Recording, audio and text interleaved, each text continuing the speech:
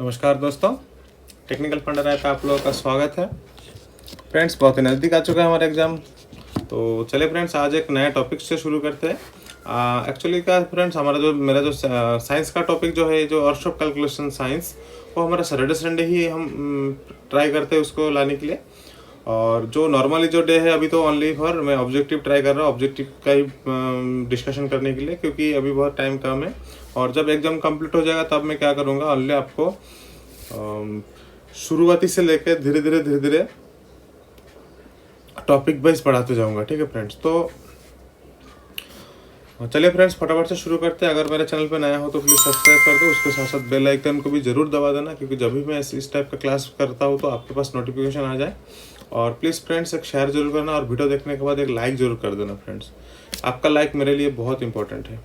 तो चलिए फ्रेंड्स, शुरू कर। देखिए, मेरा 21 नंबर का क्वेश्चन तक हुआ था, तो आज से शुरू करते 22 नंबर, देखते कितना दूर जाता है। ठीक है, जल्दी से जल्दी शुरू करना मेरा टारगेट है आज से। तो देखिए, फर्स्ट 22 नंबर क्वेश्चन क्या है। फोर्जिंग में हार्ड डाई का प्रयोग डैश के लिए किया जाता है। मतलब in forging hard die is use पर, हार्ड डाई जो है वो क्यों यूज करता है। हार्ड डाई का मतलब आपको पता होगा फ्रेंड्स, हमारा जो एनविल रहता है, मानिए हमारे एनविल का सरफेस ये है, उसके ऊपर क्या होता है, ऐसा हार्ड डाई यूज करते हैं। ठीक है, ट्रायंगल शेप का इस टाइप का हार्ड डाई, सॉरी उल्टा हो गया फ्रेंड, ये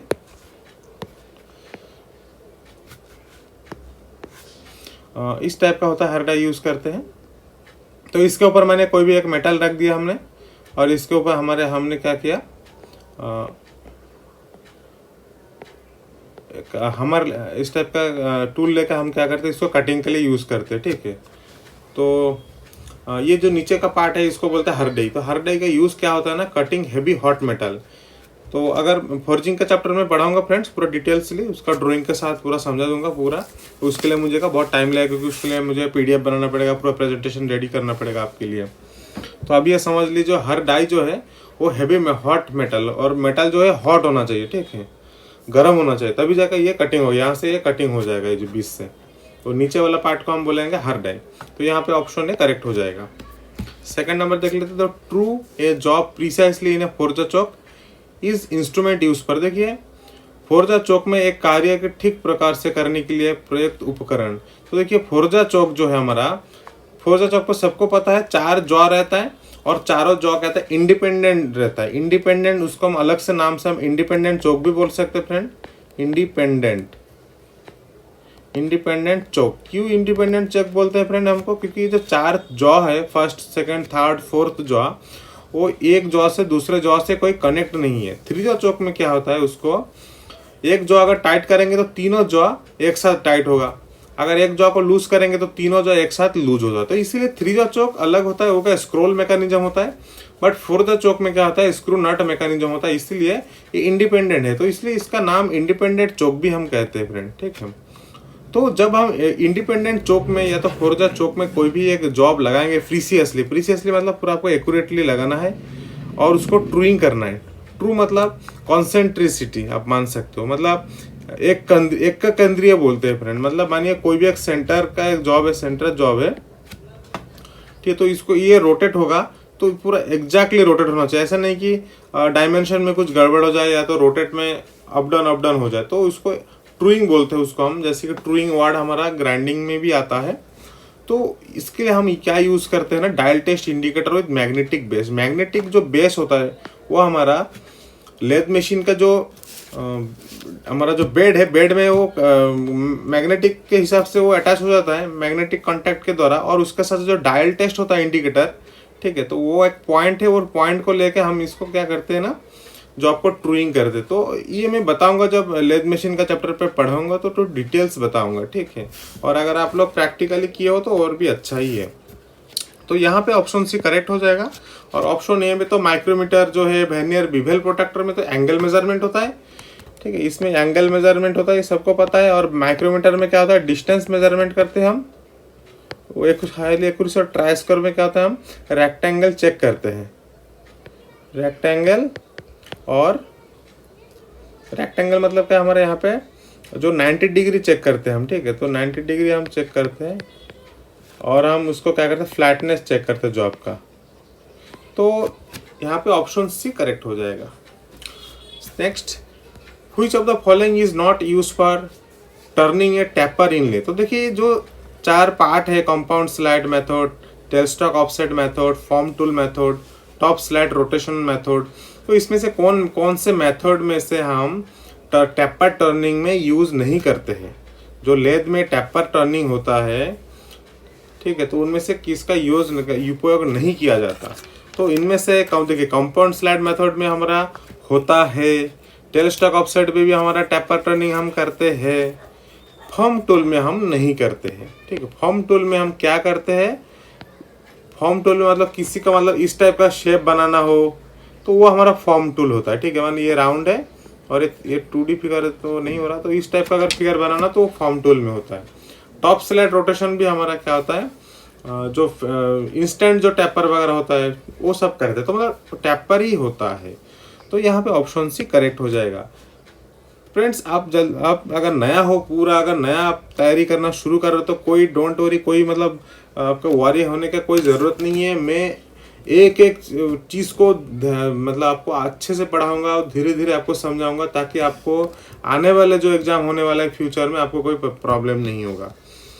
नेक्स्ट देख लेते हैं 25 number. In a conventional lathe tool post is mounted directly. Conventional मतलब का जो भी हम मैनुअली यूज करते हैं उसको हम बोलते हैं कन्वेंशनल। और एक है CNC जो कंप्यूटराइज न्यूमेरिकल कंट्रोल बोलते हैं, उसमें का कंप्यूटर का लगा होता है, उससे डायरेक्टली कुछ एक डाटा जाता है, तो डाटा बनाने के लिए कुछ प्रोसेस करना पड़ता है, कोड है वो G कोड M कोड, उस तरह बहुत सारे प्रोसेस है।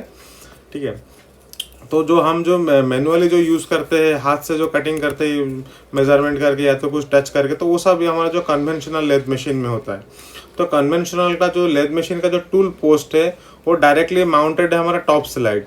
तो इसका एक ऊपर से नीचे तक पहले क्या माउंटेड होता है, तो पहले फर्स्ट हमारा माउंटेड होता है हमारा टूल पोस्ट रहता है ऊपर।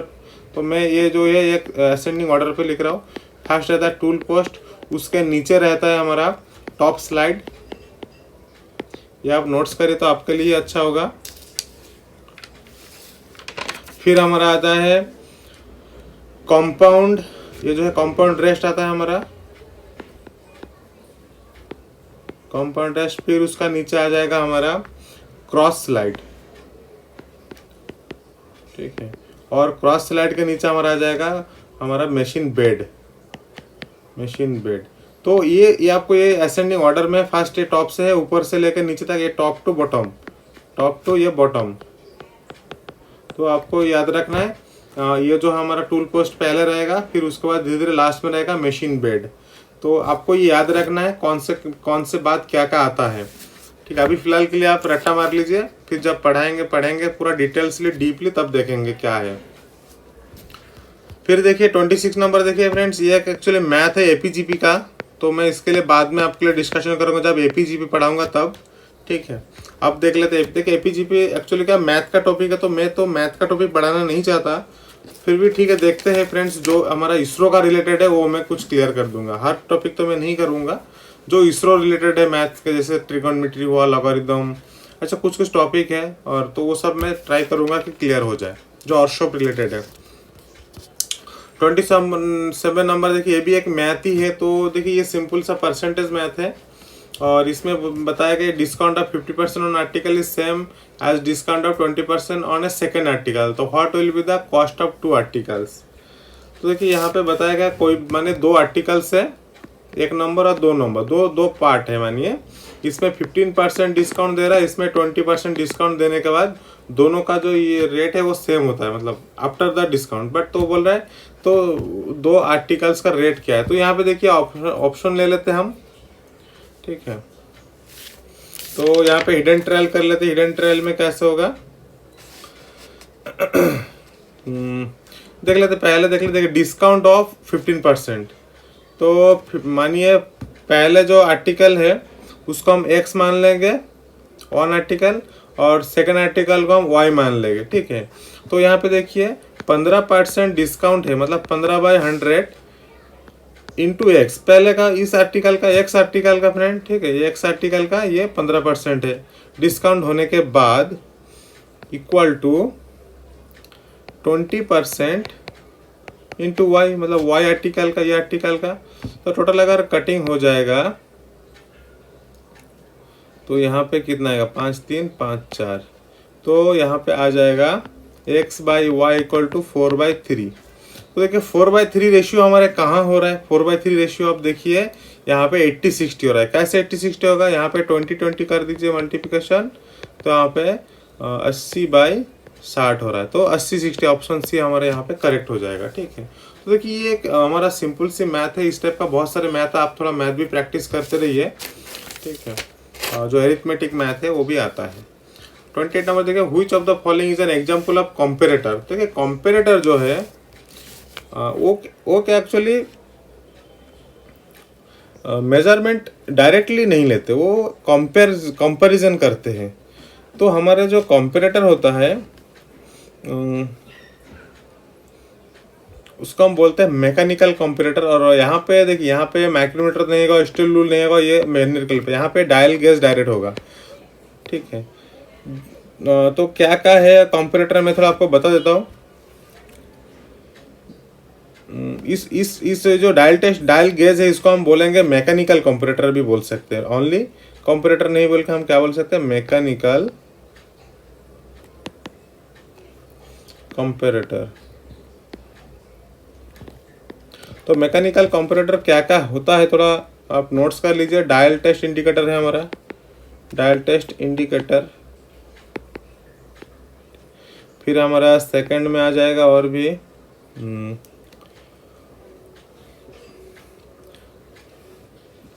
ये एक डायल गेज है। तो देखिए हमारा जो कंपैरेटर है वो कितना टाइप्स का होता है, टाइप्स आप देख लीजिए। और इसका यूज क्या होता है, पहले आप यूजेस लिख लीजिए। यूज्ड जो होता है,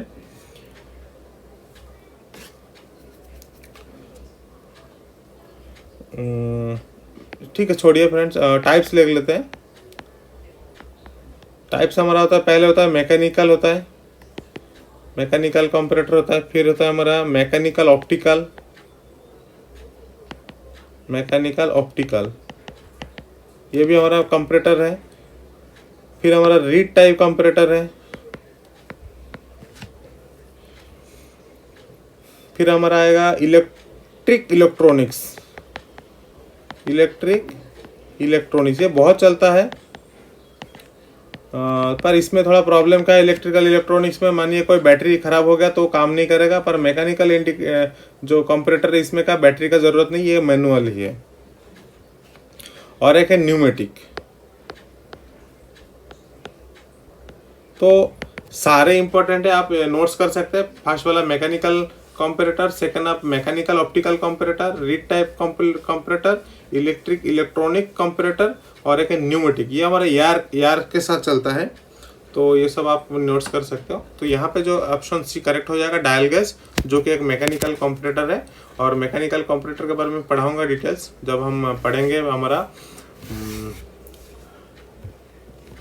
जो टोटल जितना सारा हमारा मेट्रोलॉजी बोलते हैं फ्रेंड। एक टॉपिक आता है मेट्रोलॉजी। देखिए ये जो टॉपिक है हमारा ITI में नहीं रहता, मेट्रोलॉजी टॉपिक। ठीक है, तो मेट्रोलॉजी जो टॉपिक है ये हमारे डिप्लोमा का है। पर देखिए यहाँ पे डिप्लोमा का क्वेश्चन आया है।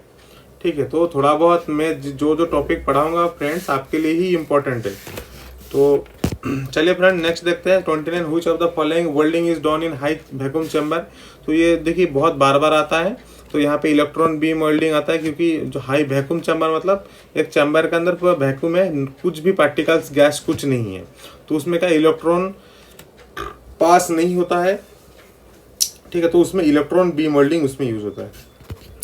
Which of the following parts in file is not harden and temper. File का ऐसा कौन सा पार्ट है जो हार्डनिंग और टेम्परिंग नहीं किया होता है, वो हमारा क्या है, टैंक पार्ट है। ठीक है, फिर देख लेते हैं। देखिए 31 number, the over cut teeth end of cut teeth. तो सबको पता है, ये तो सिंपल सा क्वेश्चन है। Over cut end of cut कितना है, 70 डिग्री एंड 51 डिग्री। ये तो हमारा डबल कट फाइल का क्वेश्चन है। फाइल का क्वेश्चन आपको हमेशा एक रहेगा, एक मिल जाएगा। तो ये आप फाइल का टोटल क्वेश्चन आप याद करके जाइए, बहुत इंपॉर्टेंट हो जाता है। 32 देखिए, the accuracy of the try-square का एक्यूरेसी मैंने पिछले वाला वीडियो में बार बताया फ्रेंड। हमारा जो होता है 2 माइक्रोन होता है पर 10 mm लेंथ। तो यहाँ पे ऑप्शन ही करेक्ट। जो यहाँ पे देखिए 0.002 mm पर 10 mm लेंथ, वहीं पे वो 2 माइक्रोन पर 10 mm भी दे सकता है। ठीक है, तो आप ऐसा पढ़ सकते हो। आप जितना भी एनालिसिस करोगे एक क्वेश्चन को उतना ही आपके लिए अच्छा है, आपका याद रखने के लिए और भी अच्छा है। 33 तक least count of the inside caliper, inside outside सब कैलिपर में हमारा जो लिस्ट काउंट है वो सेम ही होता है। तो यहाँ पे देखिए लिस्ट काउंट इनसाइड कैलिपर यहाँ पे 0.5 ही है, ठीक है। जितना सारे कैलिपर है उसका 0.5 मतलब हाफ mm होता है फ्रेंड हमारा, 1.2 भी बोल सकते हैं और ऊपर से हम 500 माइक्रोन भी बोल सकते हैं, ठीक है। तो जितना सारे caliper, outside caliper, inside caliper, jenny caliper, odd leg caliper, जितना सारे कैलिपर का अगर नाम आ जाए सारे में हमारा क्या हो जाएगा 0.5 में हमारा एक्यूरेसी आ जाएगा, जो कि 500 माइक्रोन में होता है। नेक्स्ट देख लेते हैं which types of surface gauge is used to cylindrical surface. देखिए यहाँ पे ये जो कौन से हमारा सरफेस गेज सिलिंड्रिकल सरफेस में यूज होता है। सिलिंड्रिकल मतलब इस टाइप का कॉर्प सरफेस होगा, कॉर्प सरफेस भी आता है। सिलेंडर सरफेस का अलग से कुछ एग्जाम में क्या लिखता है, कॉर्ब्ड सरफेस भी आता है, ठीक है। तो आपको यहाँ पे यूनिवर्सल जो है, यूनिवर्सल टाइप है, एक्चुअली नीचे ऐसा बेस रहता है पर नीचे ऐसा भी टाइप का कट होता है। तो ये जो नीचे इस टाइप का जो हमारा कॉर्ब सरफेस में वो फिक्स हो जाता है, ठीक है, नीचे। तो पढ़ेंगे जब भी ब्लॉक वगैरह पढ़ेंगे या तो हम सरफेस गेज पढ़ेंगे धीरे धीरे उसमें भी जाएंगे, पर अभी के लिए एग्जाम के लिए आप याद रखिए जो सिलिंड्रिकल सरफेस गेज होता है या तो हमारा जो हमारा सरफेस गेज होता है वो सिलिंड्रिकल सरफेस या तो कॉर्ब सरफेस के ऊपर वो आसानी से उसको लेके हम मेजरमेंट कर सकते हैं, तो उसका नाम होगा universal type surface gauge. The diameter of drill is measured across. तो ये सिंपल सा क्वेश्चन है, डायमीटर हमारा ड्रिल किससे मापते हैं, शैंक से हम मेजरमेंट करते हैं, ठीक है। फिर 36 देखिए for the same cutting speed larger diameter drill will have a.